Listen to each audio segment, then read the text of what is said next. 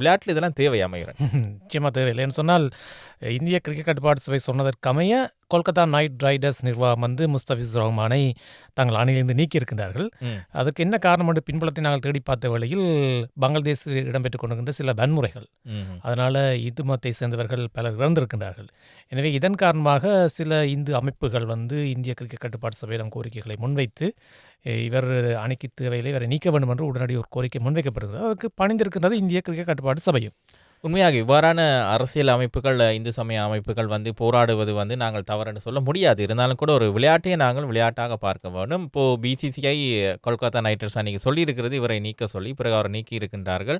ஆனால் ஒரு விளையாட்டு வீரராக அவருக்கு இது மிகப்பெரிய ஒரு ஏமாற்றமாக அமைந்திருக்கும் இல்லையா? நிச்சயமாக கிரிக்கெட்னு பார்த்தா நாங்கள் அதில் ஒன்றும் பார்க்க முடியாது, தனியாக விளையாட்டு மட்டும்தான். அதுவும் பங்களாதேஷை சார்ந்த வீரன் பார்க்கின்ற போது இவர் இடம் பிடித்திருந்தார். 9.2 கோடிக்கு விலை போயிருந்தார்.